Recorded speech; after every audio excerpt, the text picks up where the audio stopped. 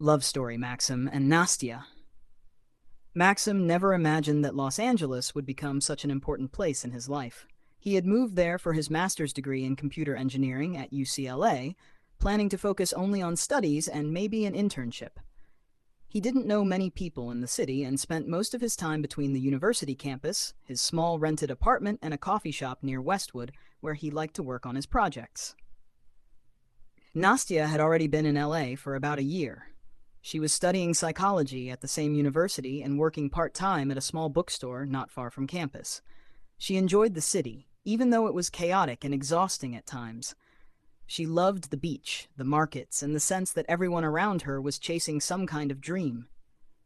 But she also felt lonely sometimes, being far from home. They met in the most ordinary way. One morning, Nastya walked into that coffee shop carrying her laptop and a pile of books. One of them slipped from her hands, and Maxim, who was sitting nearby, quickly stood up and caught it before it hit the floor. She laughed, embarrassed, and thanked him. He handed it back with a smile, joking that maybe she needed an assistant. That short moment turned into a few minutes of small talk. They realized they both went to UCLA, and even though they were in completely different programs, they had some overlapping interests.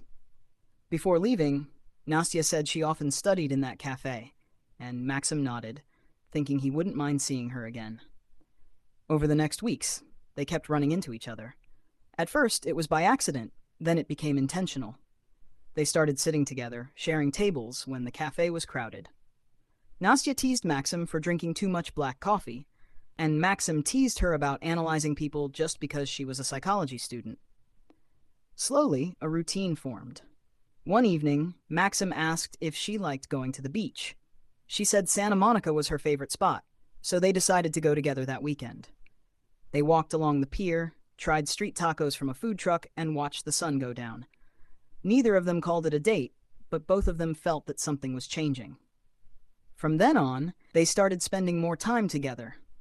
They studied in the university library, sometimes until midnight, surrounded by empty coffee cups and half-finished notes. Nastya always brought snacks because Maxim tended to forget about food when he was working on code. In return, Maxim helped her whenever her laptop crashed or ran slowly. They went to Griffith Observatory, where they looked at the stars and laughed about how small the city looked from above. They explored different neighborhoods, Little Tokyo, where Maxim struggled to pronounce sushi names, or the farmers' markets where Nastya bargained for fruit while Maxim carried the heavy bags. It wasn't glamorous, but it felt real. The friendship gradually turned into something deeper. One night, after a particularly stressful week of exams, they went to Malibu Beach to relax. They sat by the ocean in silence, listening to the waves. Nastya leaned her head on Maxim's shoulders, and he didn't move away. After a while, he whispered that it felt like he had known her much longer than just a few months. She looked at him and admitted she thought the same. From that night on, their relationship shifted naturally. Of course, it wasn't always easy. Maxim became busy with his internship, spending late nights in the lab. Nastya sometimes felt left out, and once she told him she didn't need grand gestures but needed him to show up more often. He listened carefully and tried to balance things better. He would take her out for late-night ramen after his work shifts, or walk her home after classes. She, in turn, supported him during his coding competitions, showing up with coffee and encouragement even when she was tired herself. Life together in Los Angeles slowly took shape. They celebrated birthdays with simple picnics in the park, spent Thanksgiving with international students who also couldn't fly home, and survived LA traffic by singing loudly to old playlists in the car. There were arguments, small and big, but there were also late-night talks that always brought them closer. By the time Maxim finished his program, both of them knew that their lives had intertwined in ways they hadn't expected. One evening, sitting again in the same coffee shop where they had first met, Nastya laughed and said that everything started because she had dropped a book. Maxim smiled and told her it was the best thing he had ever caught in his life. After Maxim graduated from his master's program, he received an offer for a full-time job at a tech company in downtown Los Angeles. It was a big step for him, but also a stressful one. The long commute, the pressure to prove himself in a competitive environment, and the endless projects often left him exhausted. Nastya supported him the best she could, even though she was still finishing her own degree. She would sometimes stop by his apartment with groceries, cook something simple, and remind him to take breaks. Meanwhile, Nastya had her own challenges. Her psychology program required her to complete internships and volunteer work. She spent hours at a community center helping teenagers with mental health struggles. It was meaningful but emotionally draining. Sometimes she came home tired, questioning if she was strong enough for the career she had chosen. Maxim would listen to her doubts, offering quiet reassurance. "If anyone can do this, it's you. You've got the patience and the heart for it." Their schedules often clashed. There were weeks when they barely saw each other, except for late-night calls or quick coffee breaks on campus. At times, this created tension. Nastya once told him, "I feel like we live in the same city, but in different worlds." Maxim felt guilty, but he also knew they were both chasing their futures. They had an honest talk about it, and agreed that their relationship wasn't about constant presence, but about showing up when it mattered. They still found time for small traditions that kept them connected. Friday evenings were often reserved for a walk by the beach, no matter how busy the week had been. Sundays, if possible, they cooked dinner together, usually simple pasta or stir-fry, nothing fancy, but the ritual mattered. On birthdays, they didn't throw big parties, but always tried to plan something special just for the two of them. One year, Nastya surprised Maxim with tickets to a concert at the Hollywood Bowl. Another year, Maxim took her on a road trip up the Pacific Coast Highway, where they stopped in little towns, drank cheap coffee, and watched the waves crash against the rocks. As months turned into years, their connection deepened. Los Angeles itself became a character in their relationship. The noise of downtown, the palm trees lining endless streets, the smell of food trucks late at night, the sunsets over Venice Beach, all of it formed the background of their shared story. Sometimes they joked about the chaos of the city, like how parking was almost impossible or how public transport never worked as planned. Other times they admitted that despite all its flaws, LA had become their place.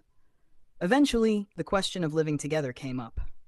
Until then, Maxim had his small apartment near downtown, close to his office, and Nastya rented a room with other students.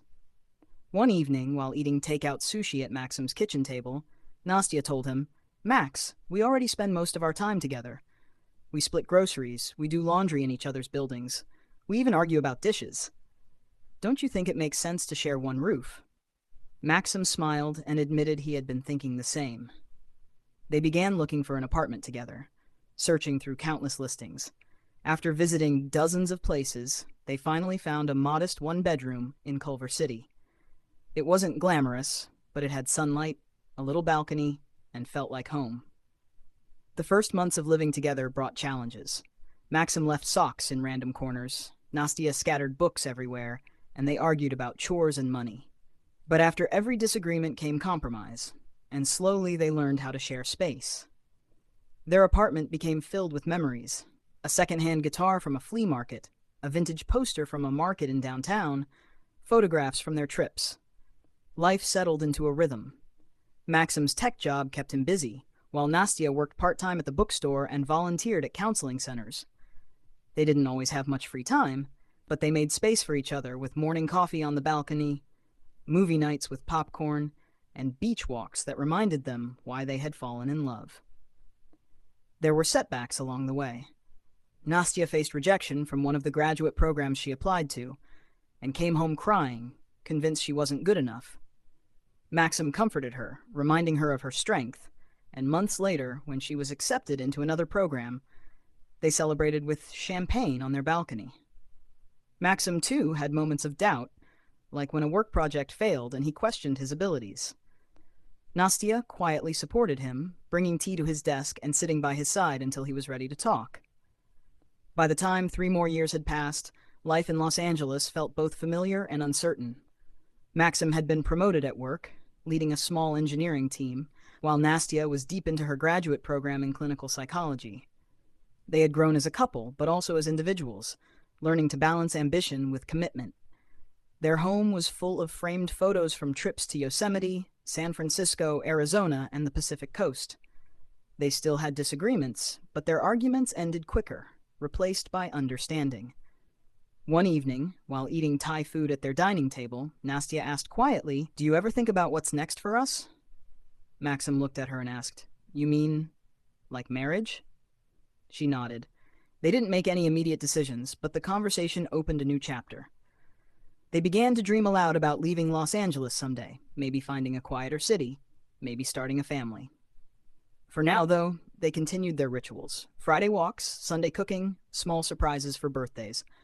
On one of their trips to San Francisco, as they sat in a cafe talking about everything and nothing, Nastya leaned against him and whispered, "This feels like our life. Chaotic, tiring, but beautiful." And Maxim thought she was right. Their story wasn't perfect, but it was theirs, filled with arguments and laughter, failures and victories, late bills and cheap wine, long drives and quiet mornings. What had started with a dropped book in a cafe had become a life built together, piece by piece, year by year, in the city of Los Angeles.